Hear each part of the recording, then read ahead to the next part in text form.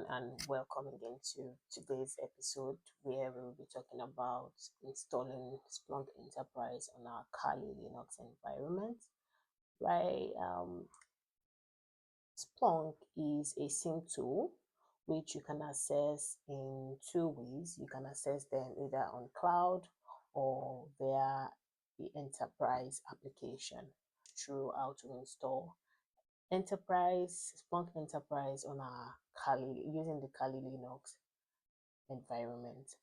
Right now on my screen, I have already logged into the Splunk platform where I'm going to be downloading the installation package for Splunk Enterprise.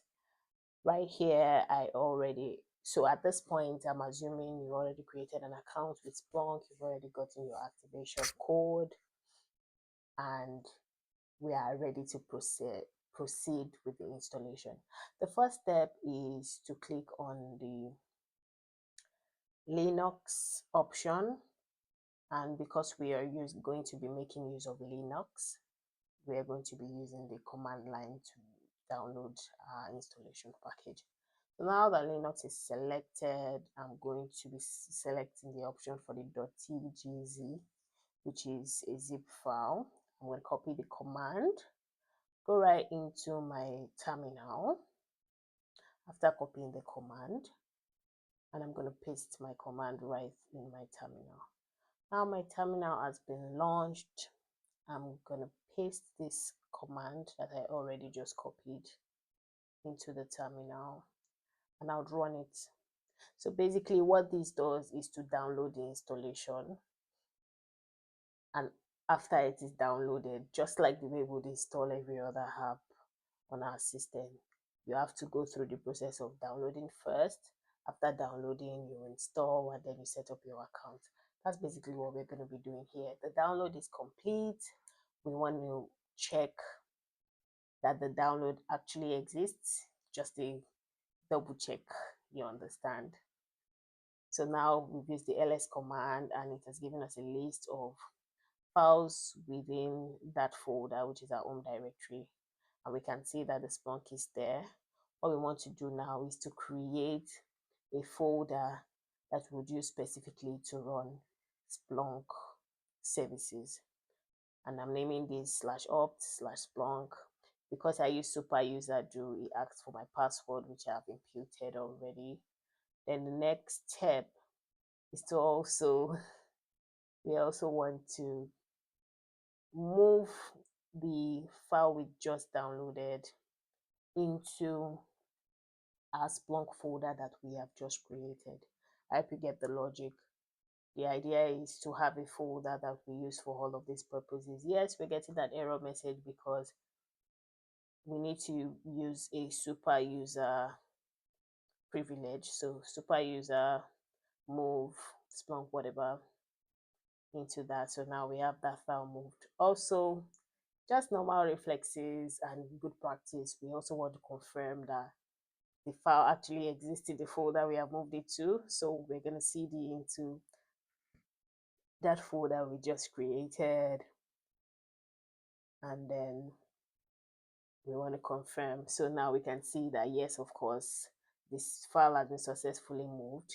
It came in as a zipped file, so what we want to do is to extract this before installation.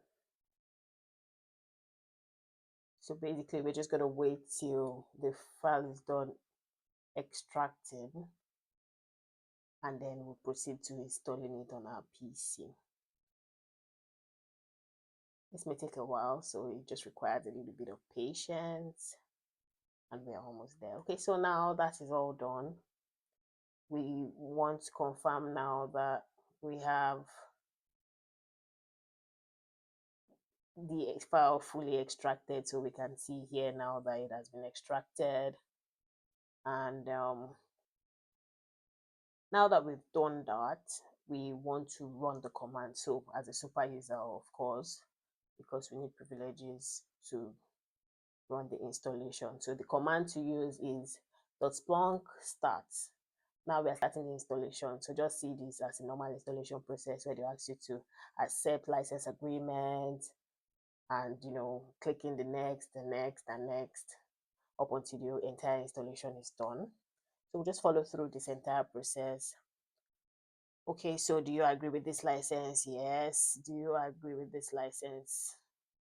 Yes again. And then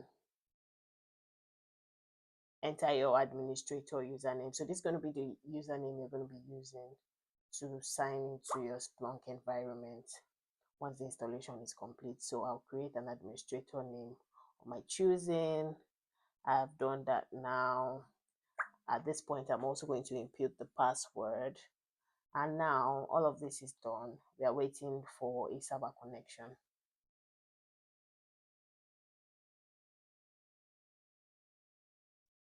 So basically at this point, it's just trying to connect us to the local host.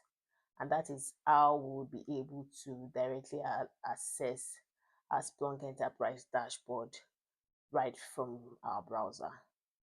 So when this is done, okay, so now this is done, it says the Splunk Web interface is whatever, which is what I'm going to be imputing here because I already know what that is.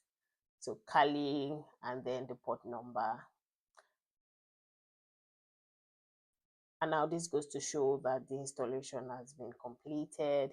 We would impute the username and the password that we had created.